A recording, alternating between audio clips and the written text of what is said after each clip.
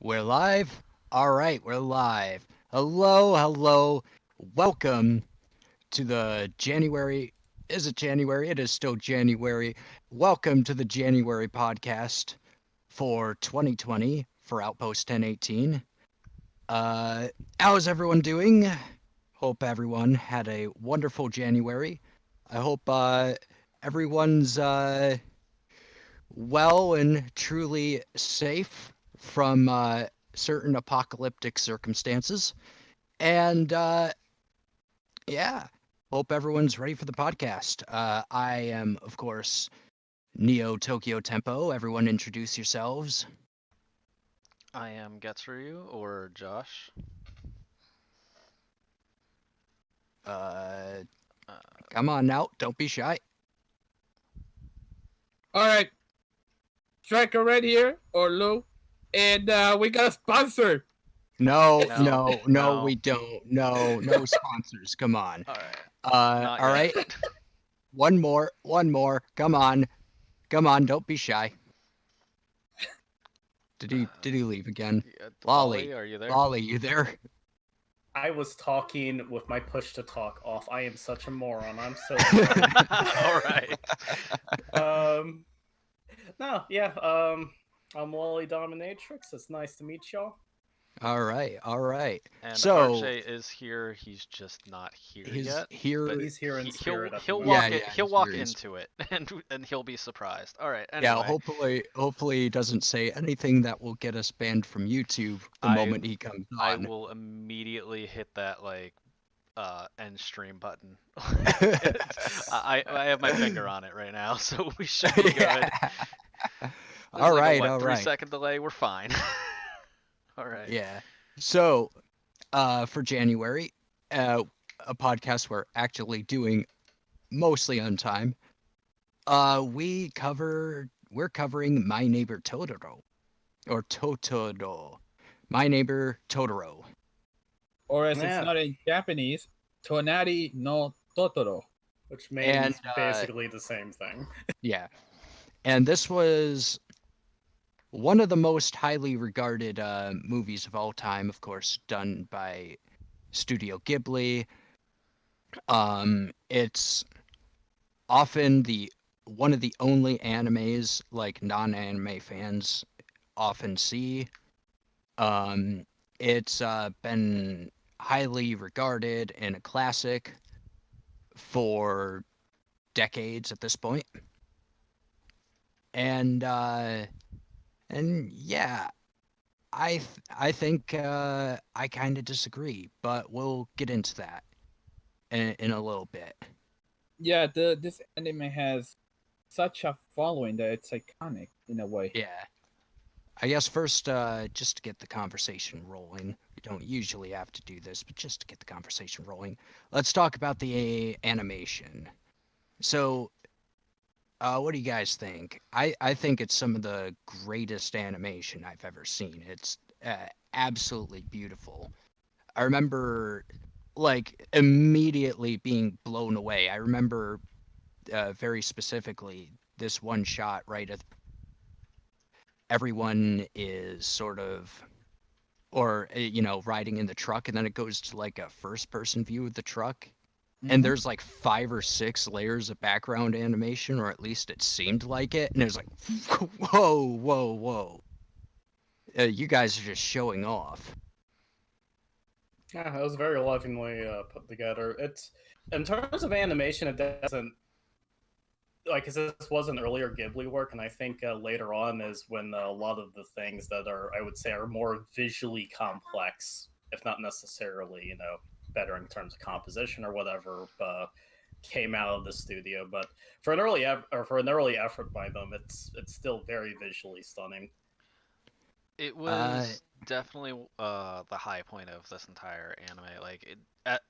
The the thing about Studio Ghibli is they are very, very child focused. They're trying to entertain young kids, and for how flashy it is, for the fact that most of this like the background scenes are like very watercolor esque. How detailed everything is, like from the house to the different characters to like all the animation, how it flows together. It for its time period too. This was made in uh, '88, if I remember right. Yeah, But 1988. it's by far one of the best. And yes, RJ, we did start. How we Yeah, Hop doing, in, nerd. RJ? Yo, All right. We got the full cast here. All right. All right. Yeah, RJ, what do you think about the animation? oh, I liked it. I mean, I'm a little biased because the first major movie I ever saw, like major anime movie I ever saw, was Princess Mononoke. So kind of reminded me of that because it's by the same studio. Yeah. It is I'm pretty sure like it's not just like the shots are complicated and stuff like that, which there are a lot of like complicated shots with lots of different layers and moving parts and background animation and all that The, jazz. there's this There's part at the end, like just in terms, like just sorry to interrupt you, but just like talking about complicated shots. There's this part at the end where they're Satsuki, May, and Totoro are flying to the hospital so they could get the core into their mom, and they're passing over the field, like flying on the little spinny top thing. That's an adorable way to travel, by the way. Wait, so Oh was it? yeah. No, they weren't on the spinny top. They were in the cat bus. Yeah, Yeah. another adorable way to travel. But yeah, no, they're in the cat bus, and there's this one shot where it's just like panning through the field as the wind's blowing through it, and like there's people in the fields farming and stuff, and the motion in that shot really nailed that impression of just like if you were wind just passing by a plane or something like that. yeah. Let me bring something out regarding the animation. This is high quality stuff, even by the time. Like this is the thing with Japan back in the 80s was that they were going ape shit when it came to not just quality but also, well, let's just say that that Showa era, late Showa era Japan was the golden era of Japanese animation, Yeah. and It this is 88 proof Showa, of it. or was it early Heisei? No, Can't no, no. fucking remember. Early Heisei was 1989, so that was the year that Emperor Oh, Showa so died. this is right before the end of the show era. Yeah. Yeah, I did say one quick thing. I really like the tree and like how the tree was drawn, because like again going back to Mononoke, if you remember the little forest spirits in Mononoke and how they would dwell in the forest. Well, again, same studio. I really liked that tree. Kind of reminded me of the forest from Mononoke, just because of yeah. how it was drawn. And that sort of brings me back around to what I was going to say was it's not just the it's not just that the shots are complicated and have a lot of moving parts. It's it's that the overall quality, like when you see the two main characters, I'll bring up their names later because I'm terrible at remembering names. Um, the way they move is extremely lifelike. They're moving like they're moving with the same energy that you would expect to healthy little girls that just got unleashed out into the countryside would move. And then there's all the background art is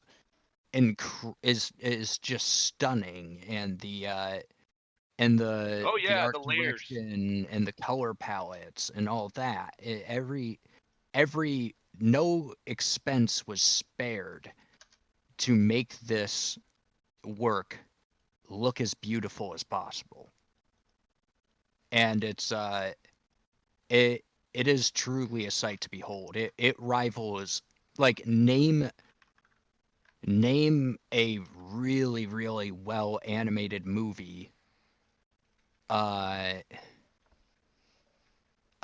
that that's a masterwork of animation and I guarantee you this movie rivals it, if not surpasses it.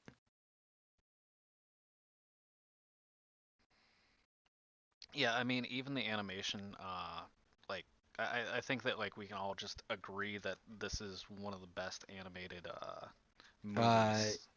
you Um, you cut out for me on my okay. end at least. I was saying, I think that we can all just kind of agree that this is maybe the one of the best animated movies ever.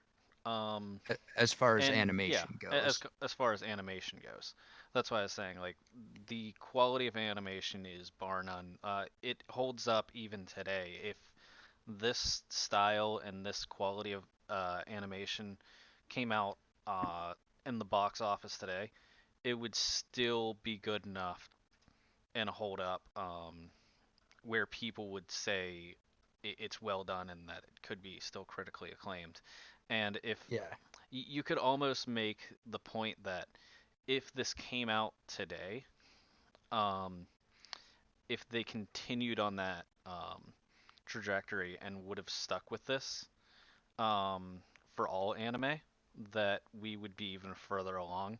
But it's become a lot more cookie cutter now, compared to how detailed this became. Yeah. Um yeah. So I think that I think that well really sums it up. I can't um yeah, I think it's best we move on. Yeah. Oh, Let's go because I think that we'll leave the last part to be the plot because that's the thing that we disagree on the most. So Yeah, let's that's jump going to to be the big debate. yeah, let's jump to audio then, and we okay. can Yeah. also get a little bit into the voice actor issue that you Yeah. have Yeah, with because that was this. From what that I was understand there's I watched it subbed, but from what I understand there were two dubs. Yes. Yeah. yep.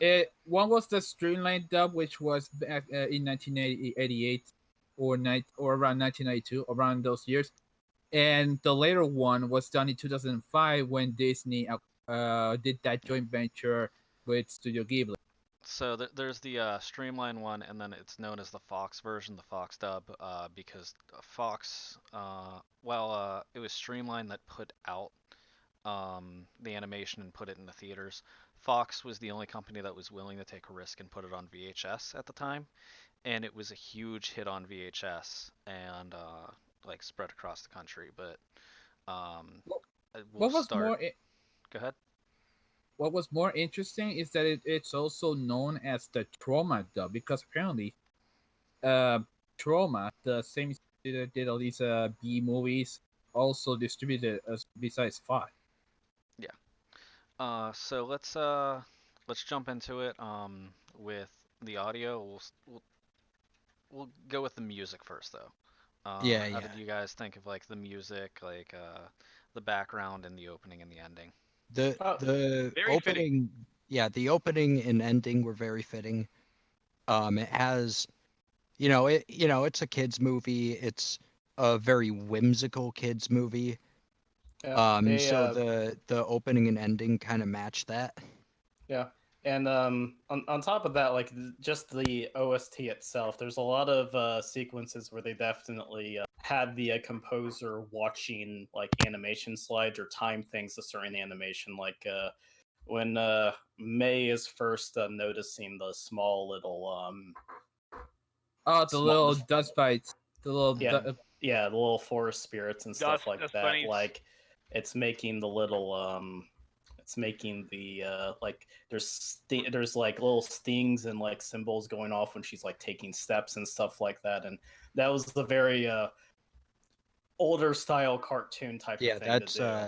that's often called Mickey Mousing. Yeah, Yeah, and it you either can take it as like adding to or taking away because like it kind of makes it more whimsical and cartoony. it drew me I in. I enjoy it because it brings me back to that kind of time, but it can also get distracting if you're not used to it if compared to all the other animations. I absolutely love the soundtrack. It's another huge highlight of this movie.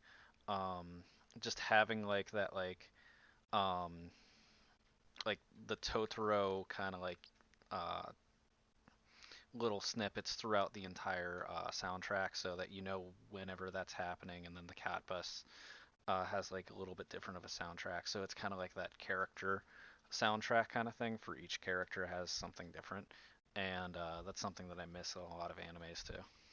Yeah, Did anyone notice a modest youth use of synthesizers? Yes. Mm. There was especially during the nighttime sequences, like Mhm. there was this like there I was like there was these moments where I was just noticing the synth pit or pickup. I'm like, yeah, you can tell what time period this was from. That was when yeah, that was back during what was like the golden age of synth and media, because that was when I forget the model that was used in Blade Runner for that Evangelist used to compose the soundtrack, but that was when you were first getting these synthesizers and you know Well, a lot of them sound very similar, even though they're not like the same model. I guess because they used like the Yamaha YM32 chip that Sound Blasters also used at the time. by saying that they sound the same, you're probably going to piss off a lot of audio nerds. Yeah, Well, Yeah.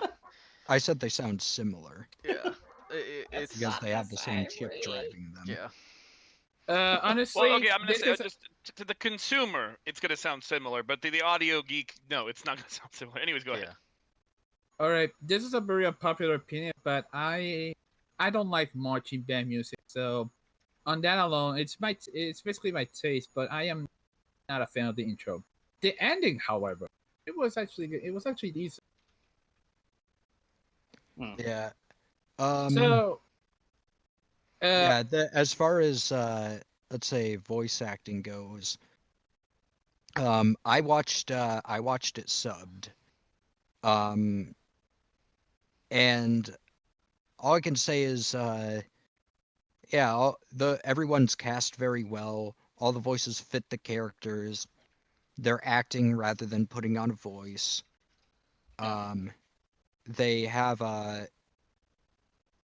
the audio mixing is usually good. Though there I did notice one part, and I don't know if this is actually like in the movie or if something was wrong with the version I was watching.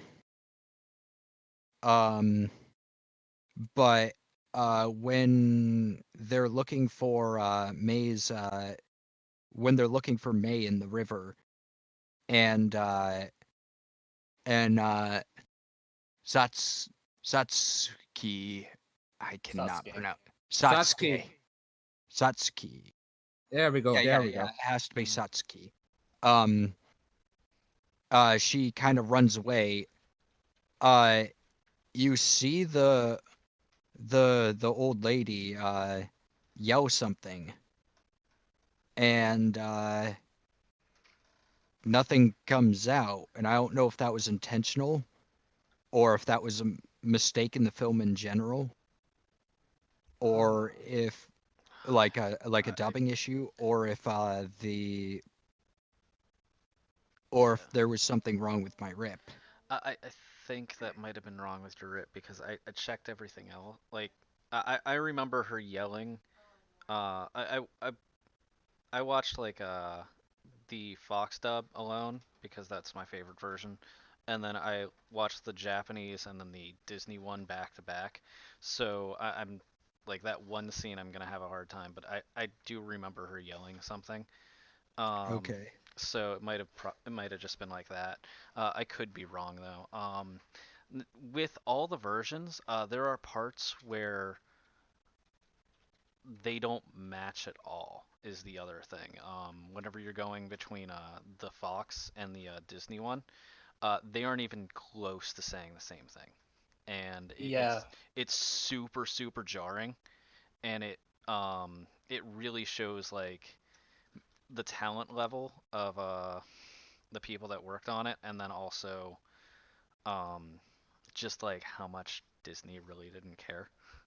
Yeah. Yeah. There were You several guys. scenes where where like there's a scene where she's talking with Kanta. Again, this is back when she was searching for May, but there was a scene there she was talking with Kanta, and then the Disney one. I watched the sub version, but I actually went back and looked at some pivotal scenes that were important voice acting wise with both dub versions. But um, in the Disney dub, like there's a bad like they didn't lip sync him talk or Kanta talking properly. Like it was actually the timing was off, and it was really bizarre. This is one thing I'll say because I of all of the like I watched the sub version because I just prefer to watch things in the Japanese audio, but I of the two dub versions, the streamlined one was just far better because with the Disney version, they actually used child actors, right? And Mhm. that worked in Charlie Brown. You want to know why it worked in Charlie Brown?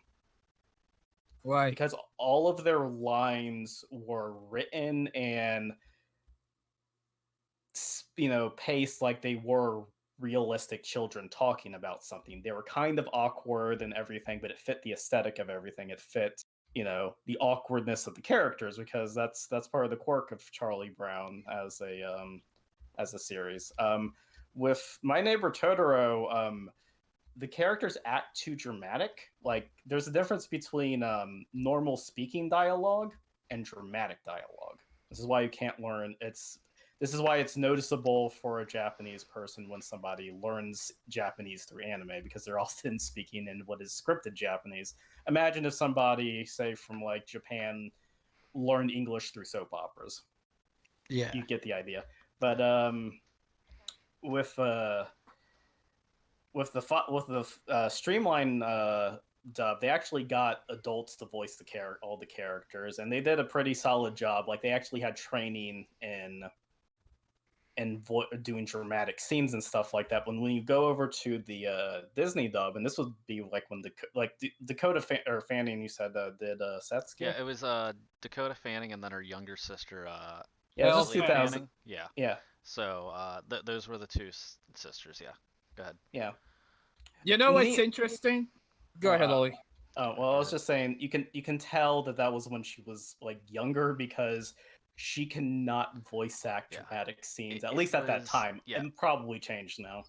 She was 10 at the time, and her younger sister was 7. I think that pretty much can sum up how bad it was. Yeah. Yeah, Um, in the case of both Dakota and Neil as actresses, could have been a bit better, but they were starting out. So I want to bring out something interesting that I found out, and it's regarding 3 of the voice actresses. Noriko Hidaka, who plays Sasuke in the Japanese dub, was mostly known for being playing Akane Tendo from Ranma and a Half. You got Chika Sakamoto, who, if you guys have seen you say Yatsuda, she was Ginger. And Sumi Shimamoto, who played Yasuko, was actually the voice actress who played Nausicaa on on the, Oh wow, I should have noticed that. Nausicaa is my favorite out of all of the Ghibli films. I should have realized that. yeah. yeah the Um, mom. you mentioned bad lip syncing earlier, but before the podcast was up, or before we started streaming, uh, someone mentioned that the Disney dub had also had terrible audio mixing. Yeah, I mentioned that. If you listen to it, they bump the music way Oh too God, much, and hold then on. it like covers up everything. It just covers up all of the voice acting. And then you can barely hear it. So you're using these young actresses in this case, that have very little experience whenever it comes to voice acting, and you're making them have these major roles, and then you're covering that up with the audio, either because you don't think they're doing a good enough job and you're just trying to like push this out, or because they don't know mic discipline yet, and that became like a huge issue.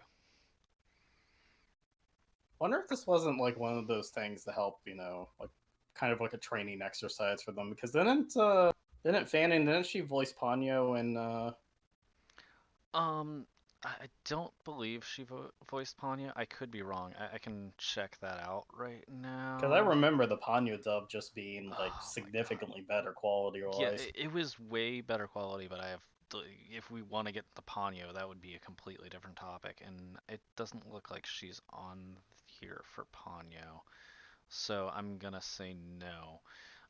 But no, like there was some huge audio issues that the Disney one just they didn't seem to care. Like they hired kind of B-list celebrities. They had like they marketed it as Dakota Fanning and her sister doing everything, and then like Tim Daly as the dad, and like that was whenever Dakota Fanning was starting to peak in her popularity, but it's you can't just like force a kid actor to like carry an entire movie, especially one that was this well renowned. Um, yeah, there's a lot of issues that I had with that part. Um, Oh, I think we forgot to mention Yasuko's voice actors being Leah Salonga, who was the singing voice of Jasmine in and Mulan in the Disney film. yeah, All right. So, with that out of the way, I think it's time to really get into the meat of this. It's time to it's time to look at yeah. this movie's I plot or One lack last I wanted to thereof. say yeah. I wanted to say Go ahead. something real quick. Yeah. What is it? So well, we're talking about like sound, right? I wanted to mention that there's the scene with the tree. I need to bring this up. It might have just been like the rip I found, but when the father talked, it was like the track you could hear behind it, and then when people talk on microphone on Discord, there's a little bit of like not static, but like a little bit of like crackling background Yeah. noise. It's very Crackle faint. You or a can't hear. pop or yeah. Yeah, that I don't know if they had a pop filter, but whenever he was saying to his his daughters, he was saying long ago humans and trees used to be friends. When I saw this tree, I fell in love with it because it reminded me of your mother. Um, as he was saying that, I could hear the background Yeah. noise Was as he that the Disney version that was or no was that it? was I'm talking about it's the sub. It was the Japanese Oh, it's original. the okay. Yeah. There was a couple audio issues with the sub Um, too. eh, there are I know audio taken from analog sources, especially low quality ones. You'll often hear ghosting of what's being said before it's actually being said. Hmm. Yeah. That's very Good. common in really old shows. Yeah. And just to like break that and then go into something else too. Like there was a lot of audio issues in the sub. The Fox dub had the least amount of audio issues, and then the Disney version for some reason had probably the most. Um, and then just to like go back into it just like really quick, the Totoro voice actor was different in each one. You would think that that might be something that carries through all of them, or like maybe Disney had to change it, but they had a different one for each one, and actually the Japanese one sounded like the most fake along with the cat bus. And then you had the Fox one where they really got into it, where like it actually sounded like a realistic yell from like a giant monster, and then the Disney one sounded like like it sounded good, but it didn't sound like that type of monster. So like if you go through it's weird to see just even like a yell from a giant creature like either immerse you more or take away from it. So So it ends up that the voice actor from the Disney version of Totoro was Frank Welker, mhm, while Hiroshi Takagi yeah, played Totoro. But according to the wiki regarding Totoro, the the streamline actor is unknown. yeah, which is Uh, weird because he did the best job. But yeah, I just wanted to kind of touch on that. But yeah, we can go into the plot now. we could. Come on. You know what? If you guys want a Could have got trivia the mouse, I'll look janitor up. to voice him. Yeah. All right, so let's Streamline. yeah, let's just jump right into the plot. Um my main concern with the plot is a lack of a central conflict that drives the plot in any meaningful or significant way. It makes the plot feel uh like less than a story with like a rising action, a climax, and a falling action, and more like a sequence of events. Yeah, You know, yeah. it doesn't feel like A happens, but then B happens, so therefore C happens. It just feels like A happens, then B happens, then C happens. Yeah. Um, with that, it's actually kind of interesting because I'm not sure how into like certain like especially if you're used to watching like Yashike or slice of life shows. I forget the exact term that's used. I think it's kikute or something like that. They just refer to it as like airy or whatever. The idea is rather than there being a central conflict, the idea is simply to be there, as it were, which is kind of weird to get used to because it's a very Japanese centric kind of. I wouldn't say necessarily Japanese centric, but it is a very like it has its roots in their culture with Ukeo paintings. They were designed with the idea that you're supposed to take in the environment rather than the scene necessarily telling a story. That's why a lot of things seem to be there at once, and it was a similar thing I think with Totoro. I think the idea was just simply to be there, as it were. I mean And that's well and good if you made a painting.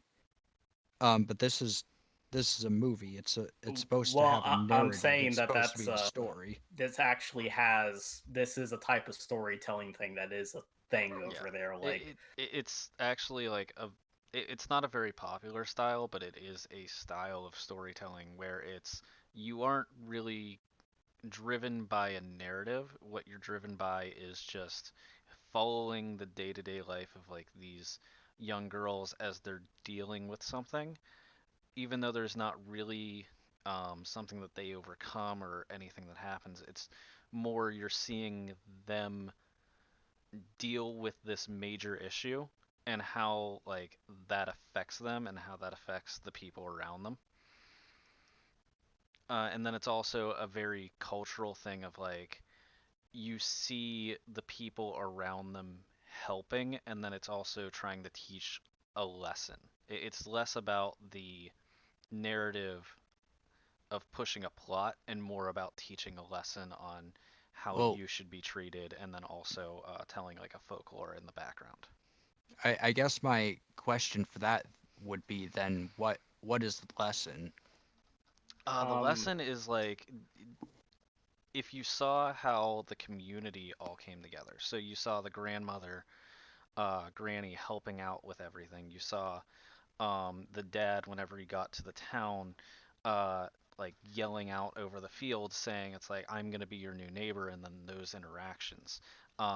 They were more of like a cultural idea of how to explain the kids this is how you should be acting towards your neighbors, where it's you plant things and you grow with the people around you.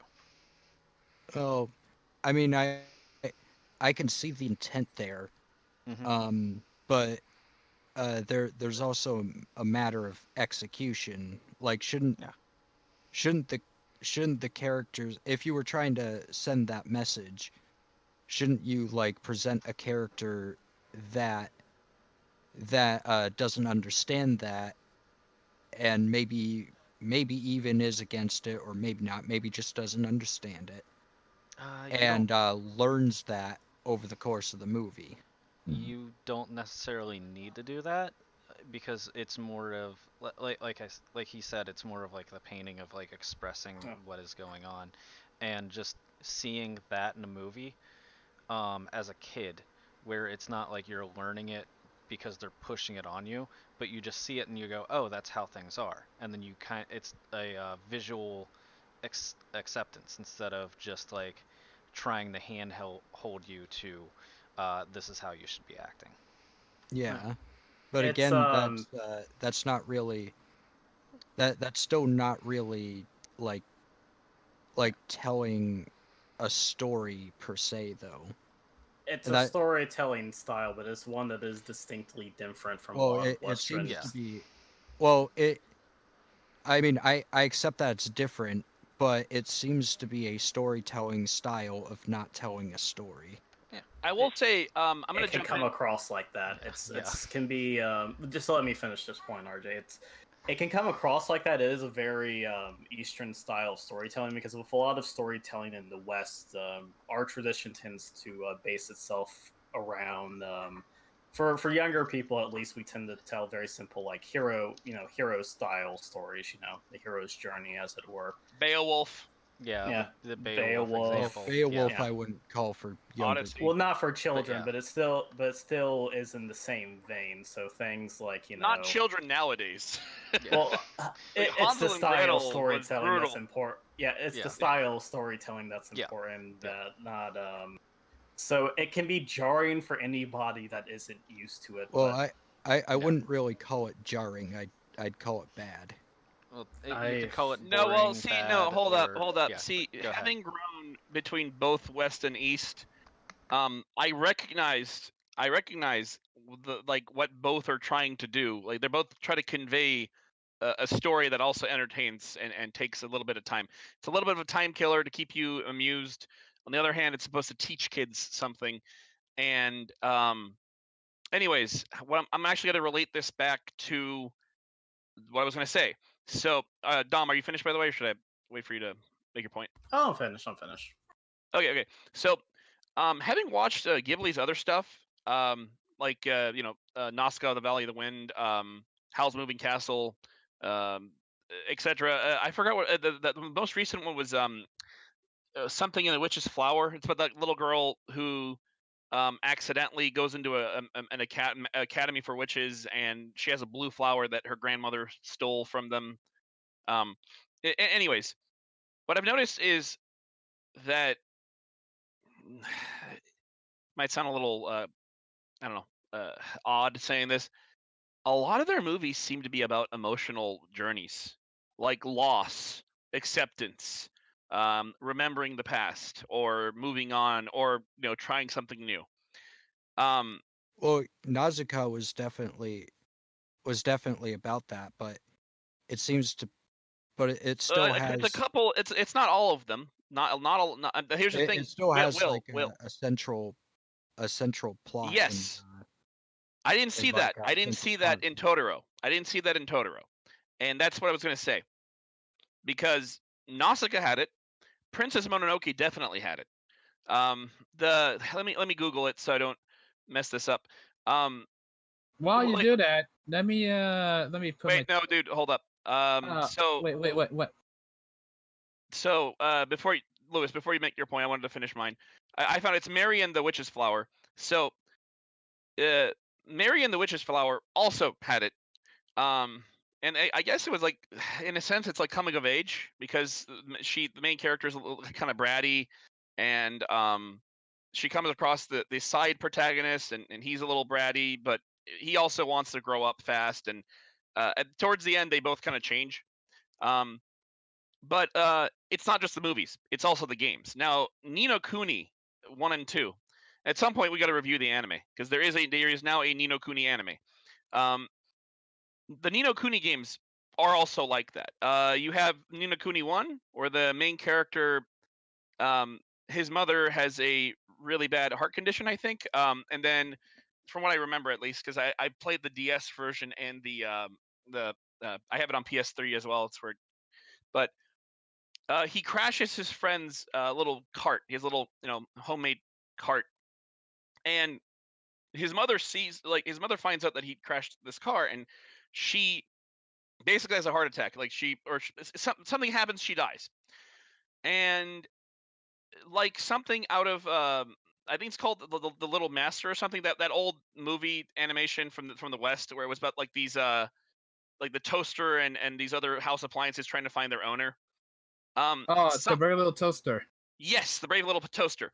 Um, so I think it was a lamp. It was either a sock or a lamp. It was something in his house comes to life that's an inanimate object, and it drags him into this magical world. And then suddenly you have like this Ghibli-esque, Final Fantasy-esque game, but the story, which is the main point of this, the story seems to be about loss. It's about someone having to accept that they've lost someone they care about, you know? Um, and Ni no Kuni 2, it's about, get this, it's about the U.S. president in an unspecified time. We don't know whether it's modern era, Cold War era, in the future. He's visiting a city, a town, and a unspecified group, whether it's terrorists or a foreign nation, whatever, um, they detonate a nuclear bomb, hoping to assassinate him. Everyone around him dies, including the people within the city he's visiting. And he's suddenly, teleported, kind of like an isekai, to this fantasy world, and he teleports right in the room of this prince who is having an uprising. He's kind of in a similar situation to this guy, except instead of nuclear weapons, the vizier is rounding up soldiers with magic and swords to try and kill the prince, and he has to basically help this prince rebuild his kingdom, and that seems to be about working through something, a feeling of helplessness, or you know, uh, like he died, and presumably he died, and he's moving past. Hey, I failed my country, or I feel I failed my country, or I could have done more, and he's doing that in the other world. Now, what I'm trying to get at is both Ni no Kuni games have this plot that has to do with working through something, at least from what I can tell. Um, there was a theory. There was a theory that I'm gonna send Josh the link. Um, there was a theory that Totoro was like this, and the creators said no, that this is not true. And the theory was that My Neighbor RJ, Totoro was based off of a murder.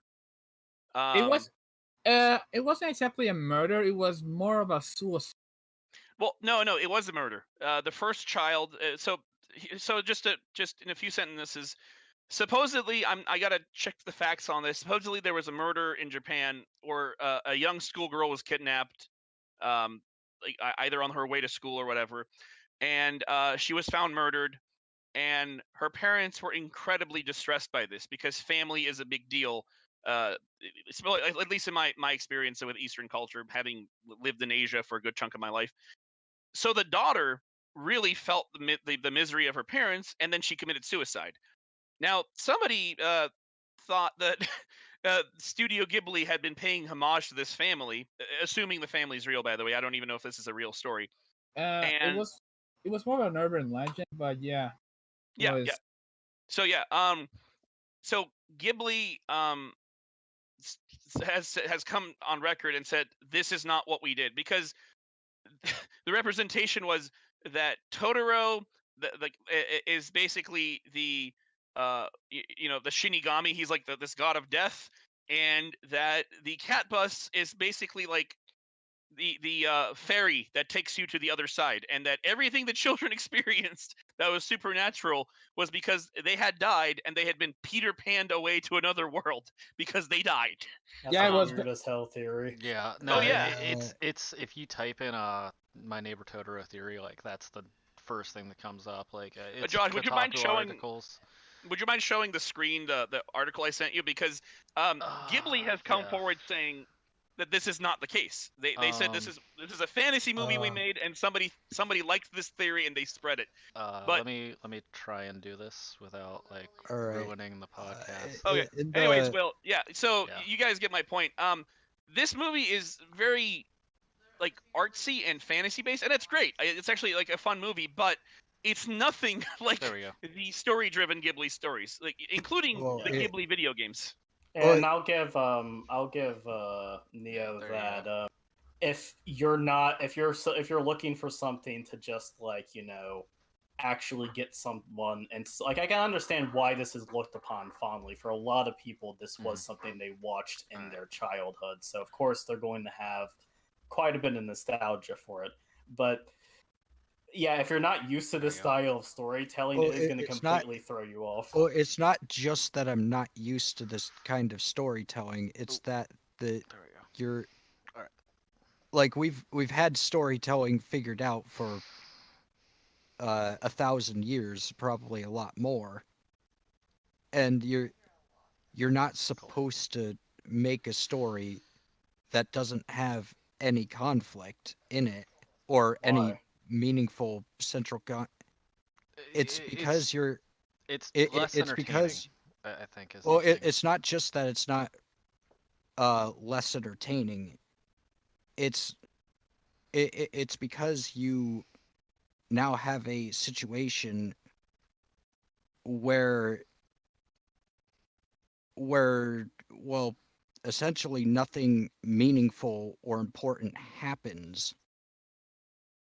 I mean, I would say that some meaningful things did actually happen within the story, Well, within just yeah, go sitting ahead. by and watching the daily situations of these characters. You got to see, Satsuki, how she was trying really hard. Part of the reason that she was so energetic with May and trying to get her like excited about things is because she was putting up a very strong front because she was deeply concerned about the health of her mom. That's something that's shown a bit later when she has that breakdown in front of her that causes May to run off. So I would say that there is definitely meaning. There is meaning even if there isn't a central driver to the conflict. You get a little bit of conflict at the end in regards to the situation with May, but it is Well, there what to watch. what is the what is the conflict exactly with that So, uh, uh, situation? Like what are the characters like actually conflicting with? so the central conflict of this entire thing, and like this is kind of hard to like really see unless you watch it a couple times. It's mostly about how the girls are dealing with their mom being in the hospital. And then it's also how the dad is dealing with it in the background. You can kind of see that. Like the older sister is trying to keep her younger sister more entertained. She's trying to hold it in, but she's also taking more responsibilities. You see her uh, like cooking and then doing things for her dad more. You see the Basically, younger she sister was. like very emotional, and then it's also trying to keep her mind off of things. So you're seeing that as kind of like the central conflict of like it's more of like the elephant of the room that mom's in the hospital because then you see her like conflicted with the grandmother. You see her Uh, see them conflicted with like wanting to like yell at each other and having those issues, and then like the dad trying to keep them under control and be like, no, no, it's fine. Like it's just gonna be another week, even though you can hear that he's upset. Yeah. I mean, I basically, they were worried that her mother had a cold, and then it basically skyrocketed what could have been pneumonia, which at the time didn't exactly have a cure per se, and people were dying from. Just to jump back in. So, having watched a lot of depressing movies and anime, that seems to be the zinger nowadays. The the, the gut punch. Like, I'm not gonna spoil it, but certain thing like in Samurai Jack at the very end, or God, even like just Nino Kuni. Just having played the Nino Kuni games, the like that stuff starts with really depressing stuff, and then the implications are just scattered, like whether this person was actually isekai'd or they're just working through something. I expected the mother to die, because keep in mind, I'd only seen half the movie as a kid, and I never had the time to watch the rest. And then when I gained interest, regained interest in Ghibli, by that time, I only had watched Mononoke, um, Howl's Moving Castle, and Nausicaa, the Valley of the Wind. So I expected the mother to die, because even in Nausicaa, there's tragedy. She has family Oh, members who there's a die, and lot of tragedy in Nausicaa. oh yeah, oh yeah, It You is wouldn't a believe it. it is a very very tragic and depressing world that these characters live in. Despite the Valley of the Wind itself being fairly idyllic, the world is basically doomed in that movie. yep. You know, It's, I actually and thought that go same ahead. thing. I actually thought the same thing. You had in the beginning, you had the two girls and the dad, and I thought, I'm guessing her. I'm guessing the dad mother trope is strong with this one. But then after the whole hospital thing, it was for and go ahead, Archie. Okay, so Yeah, yeah, no, at the very end, she becomes the hope of that world, but for her to reach that point, a lot of terrible things happened. A lot of people died. yeah. Well, So here's the thing: is like I'm not necessarily looking for a ton of terrible things to oh, happen. no, no, no. I expected it. I expected it because all of a sudden the dad is not talking, or I'm sorry, the dad like barely told them what's going on. He's rushing and he's not taking them with him, and they're racing to Totoro for help and crying, and he takes them to the hospital. I was shocked that the mother was alive, and that in a sense it kind of makes sense though, because that actually happens with children. I mean, my mother was dying of cancer. I experienced that, where there's this fear of, I hope they don't die today. I hope they don't die today. And that is in that moment where they're freaking out and asking Totoro for help. Um, and then they see that the mom is alive. Um, a lot of children who have parents that are sick, they go through that same emotion. Even if the parent, up to seeing with their own eyes that their parent is okay, they will experience this excruciating fear of, like, what am I not being told here? What's going on? What if, what if, what if, what if? And that scene captured it rather well. Um, Yeah, so which is why I was surprised about the mother surviving, yeah. because It did capture it quite Yeah. well, actually. Also, how many of you watched like the ending credits too? I I did. did. Did you notice that the ending credits continued the story? Yeah. Yes. Yeah, okay. Pretty So, much. yep, yeah, it was something that like is very rare that you see now. But just like seeing that like they're still added the credits to like that pivotal moment of like you see the mom coming home, you see the kids making more friends, and like maybe there was more outside factors that we didn't even see. So, Yeah. it's Um. yeah. I guess.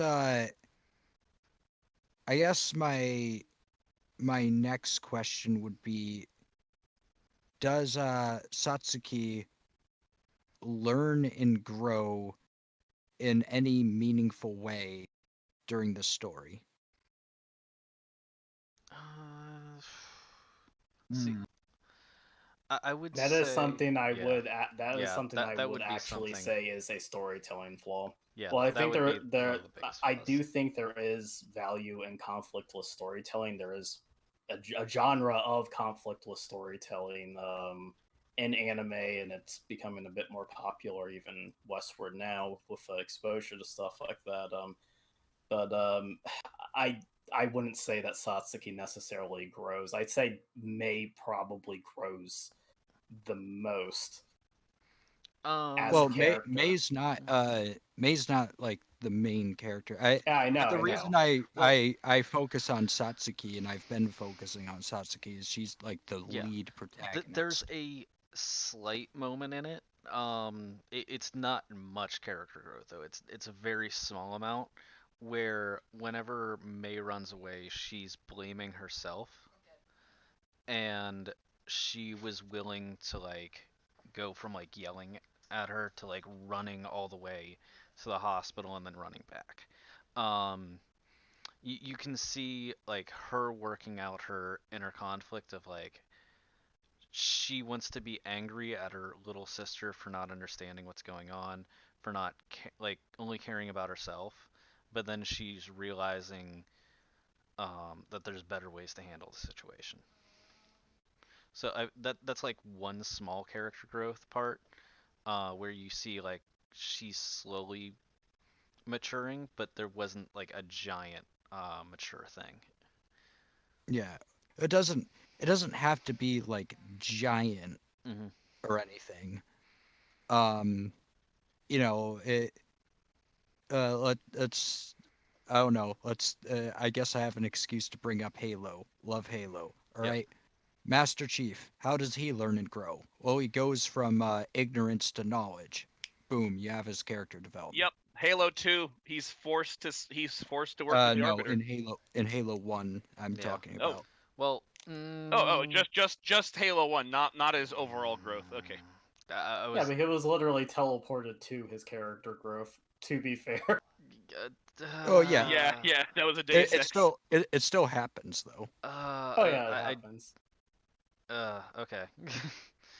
I could sense the level designers being like, "Shit, how are we gonna get him to the library now? We don't have time to put in more levels. Like, Yeah, just yeah. have the Oracle Yeah. teleport, and we'll write something." Yeah, there's also I read the series and it's not the same. Anyway, I'm not gonna go into the Yeah, character growth that's of all John. external material. I'm talking about what happens in the game. Wait, Anyways, yeah, so we don't need back to we can fight Totoro. about this later. Yeah. Yeah. So back to Alright. Totoro. I I will just go wanted to off. say I like that you guys noticed the frustration that the older sister had. Because here's the thing, as an older sibling, oftentimes people are, their siblings' ward. They're to take care of their sibling when mom and dad aren't around, and it must have been super frustrating to be able to understand what was going on with their mother and to have her sister just, be a kid. Kids can't help being kids because they're kids. Um, so that was very, very, very good show of dynamics, behavioral dynamics. Other than that, yeah, no, my issue was just this was kind of like it does the thing that Slice of Life does. It has the right kind of audience for it, but at the same time, keep in mind the audience that returns. It's because they have a positive spot in their memories from this movie. It's like not nostalgia, but like they've grown attached to it. Which is how I am with Princess Mononoke and Nazca: The Valley of the Wind. But I didn't grow up watching Totoro, so to me, it's just like, oh, it's cool, it's great, it's actually good, but I don't like the story, like Yeah. how it's told. Yeah, I think I don't know. It I understand like it's made for like really small children, but there's most Disney movies are made for really small children. Most of the Ghibli movies are made for really small children, and they Or they have a lot more going on. if Um, if they're not for children, they're for consumers. Yeah, You know the kind. it's Well, I would say it's more family friendly rather than necessarily for children, yeah. because there is some elements in here that I think that is still enjoyable by somebody who's older. yeah, Just there But are. Oh, okay. Just to kind of go off on this tangent, like really quick. My dad actually was a teacher, and he tried to show this in a school in America, right? And they didn't allow it. They didn't approve it. Like one of the school administrators watched it and said because of the bathing scene with the dad with the daughters, he Oh wasn't allowed to god, play it in That the that school. is something I will mention as like I will absolutely excuse away with cultural differences. Hmm. Because group bathing in Japan is perfectly normal, And whereas in then the it's West also in the we 1950s. Like, we Yeah, whereas in the West group bathing hasn't really been widely practiced since the fall of the Roman Empire. yeah, it's uh, also like central, like there was no heating, so they heated up that water, and then it's like, guess what? We're all using the hot water. Like, as a, and it's just, as a tr- It's traditional. It's a There traditional there bath, there and are Yeah. other things that will be confusing to Westerners, like the children being like really happy and excited to see ghosts. Mm-hmm. While in Whereas America and like Western. Ooh, whereas ooh, in I the West, ghosts are necessarily terrifying. scary and Yeah. evil, Even like seeing but an angel is in the scary in East, the West. ghosts are seen as sort of just part of nature. I Yeah, yeah, guess. no, Yeah. you're right. Yeah, exactly that. Because and see, I won't get too much into it, but yeah, that's exactly it. They're seen as parts of nature. Um, some parts of nature are destructive. Some parts of nature are calm and create. Well, also the destructive parts also create at times. Anyways, yeah. There that scene when the kids are trying to get the dust bunny spirits to come out. Um, I forgot to mention this when we're talking about audio. The dub didn't catch it as well. And I mean it. I mean, I'm talking about Fox dub, but can't really blame it because they're trying to localize for Western audiences. But the way these kids were super excited and thrilled, you can hear it more in the sub. Yeah. And like having grown up over there, um, when Yeah, kids get excited like that, there's a certain pitch in their voice that I couldn't get in the dub. yeah. Mhm. All right, so we're Yeah. about to run over time. Yeah, we're So about an Rating Wait. hour. time, rating So, time. yep. yeah, yeah. Summary and rating. Josh, you start. So I'm gonna say that this was like my childhood anime. This is the one that got me in the animation. This has been a huge thing for my family. Obviously, I told you that my dad was trying to show it in his classroom. My entire family has keychains on all of their keys for it. It's always been that central for like who we are, and it's the reason why I was able to get into animation and anime and like fall in love with it without everything else. So I'm going to put all of that aside and just look at it for what it is. It's still one of my favorites. There is huge plot issues that I didn't notice as a kid, obviously, but despite that, you have the soundtrack, you have the animation, and you have the fact that for me, it still keeps me drawn in every single time. So I am gonna give it a 9, knowing that there are flaws. All right. Striker. All right. I will admit that I am not exactly a big fan of Ghibli, and it's partly because of the joint venture with it. But other than that, all right, let's try to dissect this movie. Despite the over, some people might think this anime is over because it really.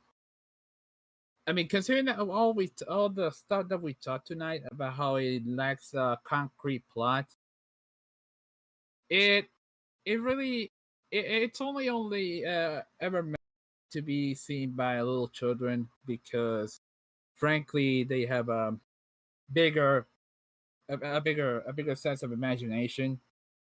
Not to say that adults can't imagine stuff either, but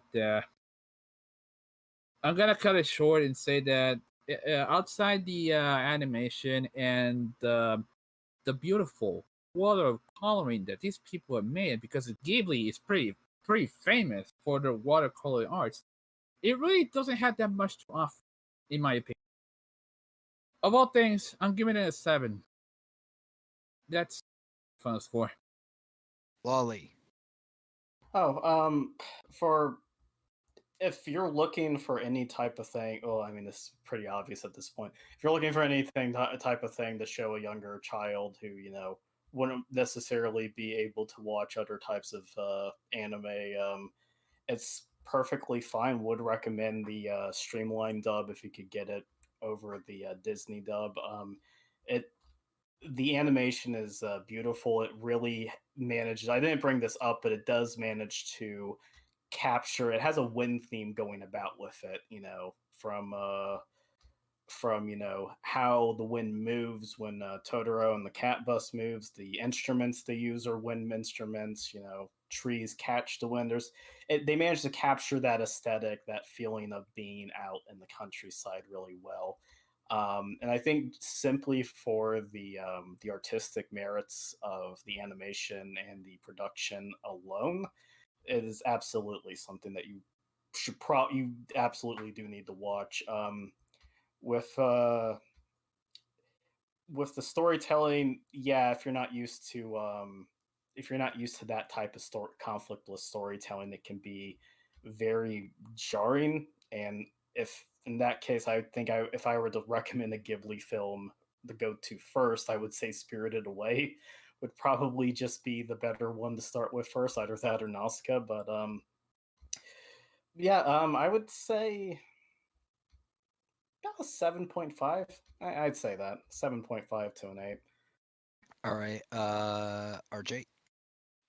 Um, I'm gonna have to give it about the same rating as Dom because yeah, well, I mean, it's good for what it is, and well, it's exceptionally good for what it is. But I'm kind of a story person, so it was story was just it was a little bit too much slice of life for me. I mean, I know it's not slice of life, but you get my point. Like it's not some epic journey, and I mean, I shouldn't expect that, but still, but I guess I'm just spoiled. I'm gonna admit I have my own biases because my first Ghibli movie was Princess Mononoke, and I saw it in Japan. So having started with Princess Mononoke, uh, I kind of had higher expectations. But again, this is a kids movie. This isn't meant for older kids and teenagers. This is a kids movie. So for what it is, I'll give it like a 7.5. I guess 7.8 if I want to be generous, but 7.5. Um, but I will say the what both you and Dom said about the animation, I highly agree with. It's Ghibli. It's really well done. It had good details. The layering was good because there's different layers if you notice. So to me, that's a display of art when you're able to do so well with multiple layers on screen. That is fantastic. It's good. So yeah, um, overall 7.5, but I wish you'd give it a little higher, but again, I have biases because I didn't like the story. I mean, no, I mean, I didn't like the story as much as I should have, but it's good. All right. So the I mean, I've stated pretty well what my issues were with the show or with the movie. Um, it doesn't really have much going for it with the central conflict or characters that learn and change over time and grow over time. Um, and I can understand that it's cultural differences and like slice of life does the same thing, but then I would criticize slice of life for the exact same reason.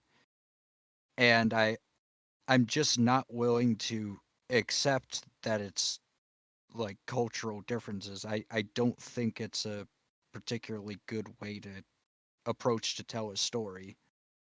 Um the animation is absolutely masterful, and it's extremely hard to beat, almost impossible to beat. I can't imagine animation being really that much better than this. Um if uh if it wasn't for the animation, I would probably rate it much lower. Um, but it's still going to be pretty low because the whole time I was watching the movie, I got the feeling that it was supposed to stare at the pretty colors and ignore what the information that's actually entering my brain. Uh, I give it a 6. Before we finish, uh, can we talk about at least a little bit of Oh, the oh, cultural significance of Totoro well, regarding hold other on, media? hold on. Hold on. We're already kind of over time here. Yep. Yeah. Um, So I I calculated that out. That puts us at a 7.4, which is the first time we're not even close.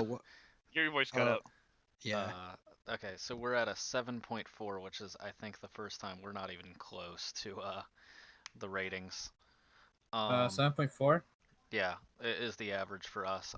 The average on the MML and MAL is 8.4, and then on IMBD it's 8.2. Man, we really tore this thing a All new right. one, Yeah. didn't we? If it All wasn't for right. me, it So would have been way lower. all right. So yeah, that was the anime podcast for January. I hope everyone liked it. And yeah, everyone have a good rest of their month. Everyone have a good February. And We'll and be we'll back next month. we'll be back Bye for a bye. very special Valentine's Day anime that will hopefully not make Well, RJ hold hang on, hold on. himself.